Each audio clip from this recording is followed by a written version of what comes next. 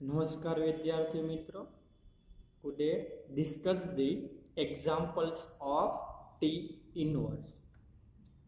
Next example, let T from R3 to R3 defined by T of xyz equal to x minus y plus z, comma x plus y plus z, comma z.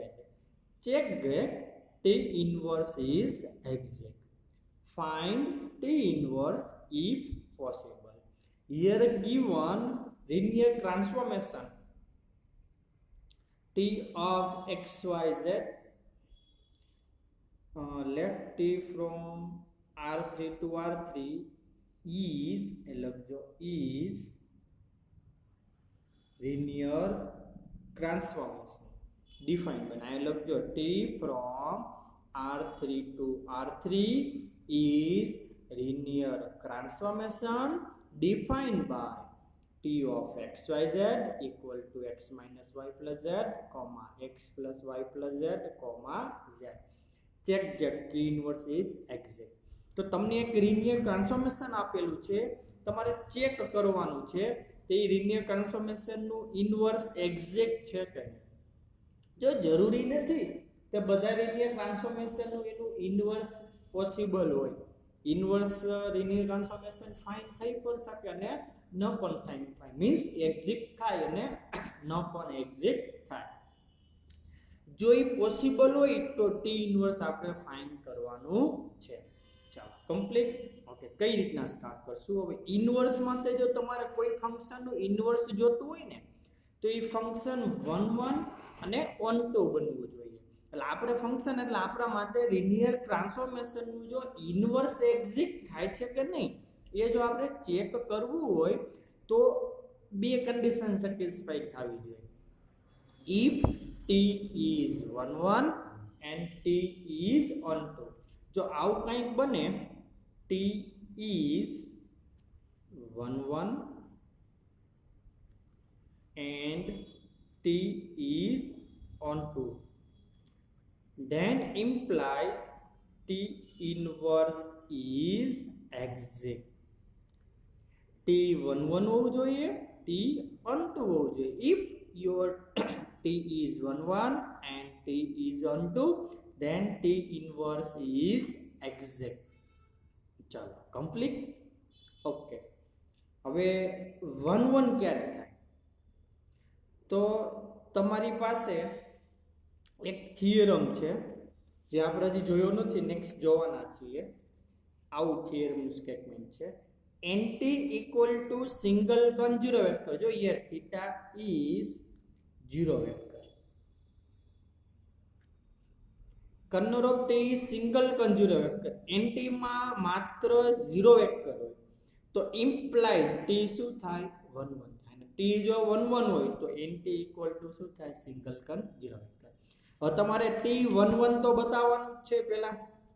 તો T 1 બતાવવા માટે તમે એનટી single કન zero vector બતાવી દો તો ચાલે. એટલે તમને જે લિનિયર ટ્રાન્સફોર્મેશન આપેલું છે એનું આપણે એનટી ફાઇન્ડ કરી. જો સિંગલ કન ઝીરો વેક્ટર આવે તો ટી શું બનશે? 1. ઓકે, તો ફર્સ્ટ ટુ ફાઇન્ડ એનટી. ચલો એનટી શું છે? વી know that NT means kernel of T. Definition of kernel of T is NT equal to XYZ belongs to domain.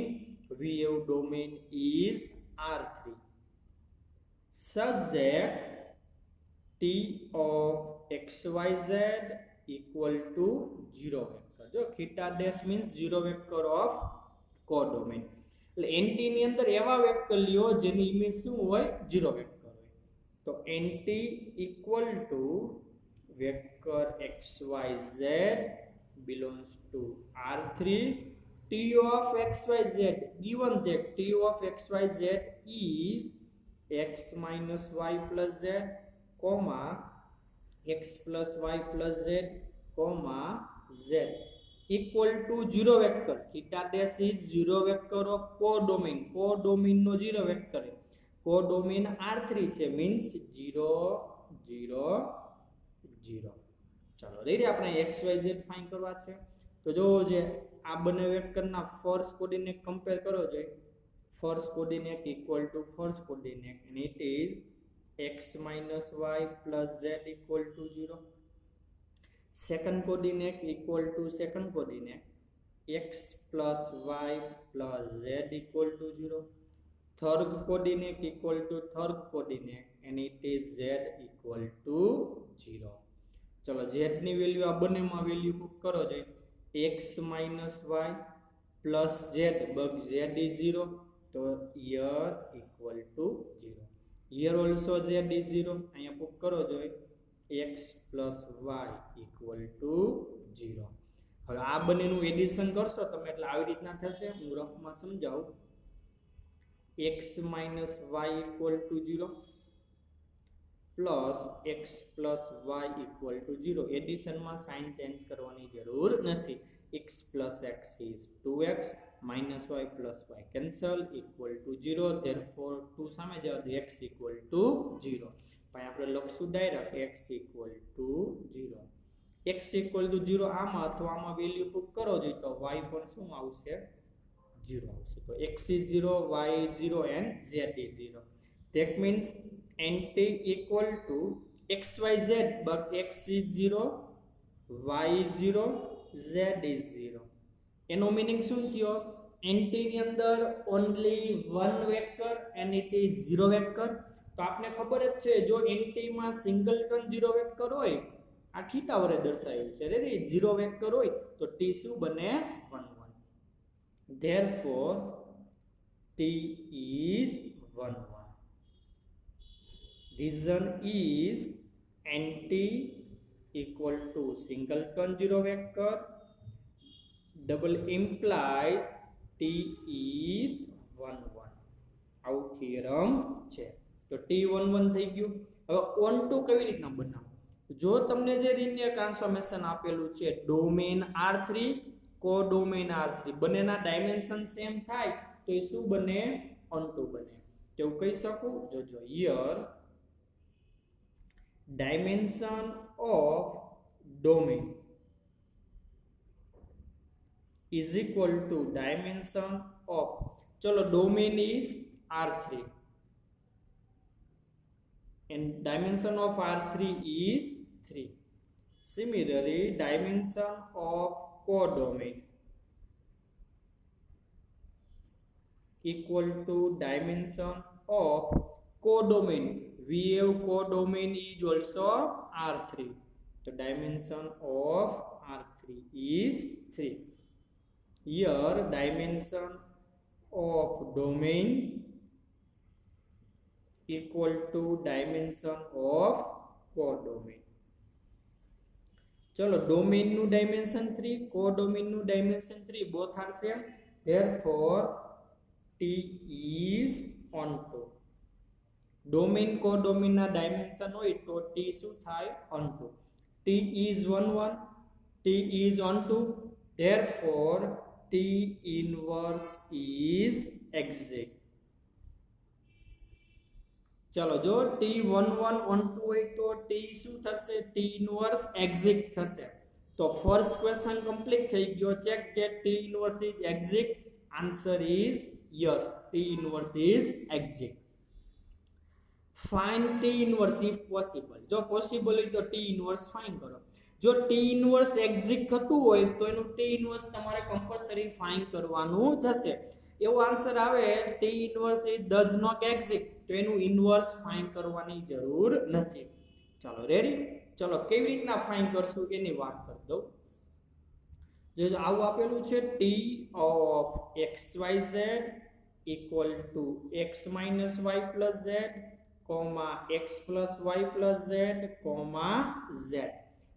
Inverse એટલે t ને ક્યાં જવા દેવાના? સામે. રિયલમાં જાય નહીં પણ તમારે બંને બાજુ t ઇન્વર્સ એપ્લાય કરવું પડે એટલે આવું થશે xyz equal to t inverse x minus y plus z x plus y plus z z. આ તમારો આન્સર આવી ગયો. પણ અહીંયા છે ને ખાલી વન કોઓર્ડિનેટ હોવો જોઈએ. અહીંયા માત્ર મીન્સ વન વેરિયેબલ. તો આવું કરી દઈએ તો આપણે ટી ઇનવર્સ આને આપણે એ કહી દઈ, this is B, this is C, this is A, this is B, this is C. તો સામે તમારે કંઈક x ની વેલ્યુ ફાઇન્ડ કરવાની એબીસી ના ફોર્મમાં, y ની પણ વેલ્યુ ફાઇન્ડ કરવાની એબીસી ના ફોર્મમાં, z ની પણ વેલ્યુ ફાઇન્ડ કરવાની એબીસી ના ફોર્મમાં. આવું થાય તો તમારે સપોઝ શું કરવું પડે, તમને t ઓફ xyz જે આપેલું છે એમાં ફર્સ્ટ કોઓર્ડિનેટ ને a કયો, this is b, this is c. Out of work થશે. તો આવું જ આપણે સપોઝ કરીએ.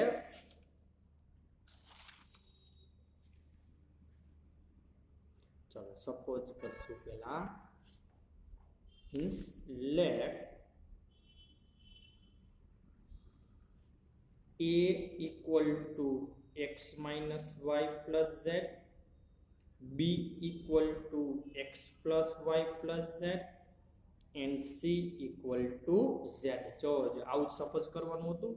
જે ફંક્શન છે એમાં ઇમેજમાં ફર્સ્ટ ને a, b and c. ચલો રેડી. એના ઉપરથી તમારે xyz ની વેલ્યુ ફાઇન્ડ કરવાની. કોની? xyz ની. તો હિયર z is c. હવે આમાંથી x અને y ની વેલ્યુ ફાઇન્ડ કરવાની છે. તમે રફમાં સમજાઈ દો, બાકી લખજો તમે ડાયરેક્ટ. તો જોજો, a equal to x minus y plus z, this is b equal to x plus y plus z. આ બંનેનું એડિશન કરો તો શું થશે? a plus b equal to x plus x is 2x minus y plus y cancel, z plus z is 2z થશે. Okay, buck z is c. તો z ની જગ્યાએ તમે શું વેલ્યુ પુટ કરી શકો? c. તો a plus b equal to 2x plus 2c. 2c આ બાજુ લઈ લો. a plus b minus 2c equal to 2x.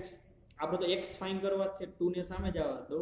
a plus b minus 2c divided by 2. This is your x. ચલો complete. ચલો z is c.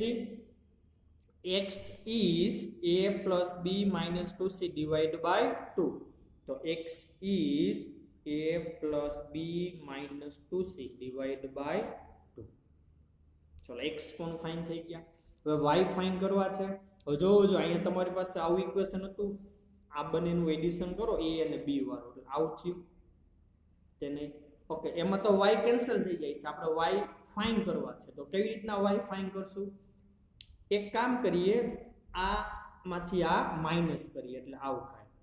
a equal to x minus y plus z minus this equation b equal to x plus y plus z. જો addition કરો તો કઈ sign change નથી થતી, પણ minus લેશો તો સાઇન ચેન્જ થશે. Minus minus minus minus. This is a minus b, x minus x cancel, minus y is minus 2y, z minus z is cancel. ચલો -2 સામે જ આવવા દો, એટલે મલ્ટીપલમાં છે, સામે ડિવાઇડમાં. a minus b divided by -2 equal to y. આ minus sign ઉપર આપી દો તો શું થશે? b minus a divided by 2 equal to y. Therefore your y is b minus a divided by 2. ચલો y is b minus a divided by 2. ચલો xyz find થઈ ગયા. આ xyz આપણે ક્યાં વેલ્યુ પુટ કરવાની છે? આની અંદર t ઇન્વર્સ abc. અહીંયા x ની વેલ્યુ ફાઇન્ડ કરો, અહીંયા y ની વેલ્યુ પુટ કરો, અહીંયા z ની વેલ્યુ પુટ કરો. તો ફાઇનલી આવું થશે. ફાઇનલી t ઇન્વર્સ, જો રફમાં પહેલા સમજાયું હતું એ રીતના, t ઇન્વર્સ abc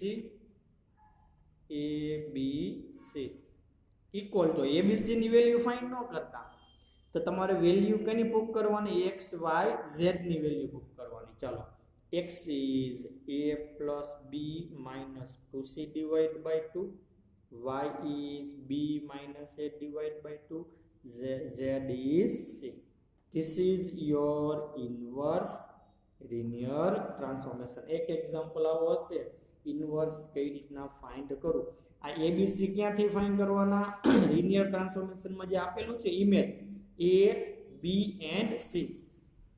પછી એમાંથી એક્સ વાય ઝેડ ની વેલ્યુ ફાઇન્ડ કરવાની, ટી ઇનવર્સ એબીસી લખવાનું, અહીંયા એક્સ ની વેલ્યુ પુટ કરો, અહીંયા વાય ની, અહીંયા ઝેડ ની. ચાલો કમ્પ્લીટ.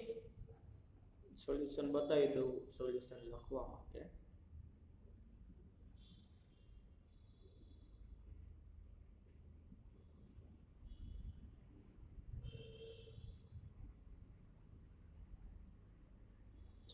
ક્લિયર.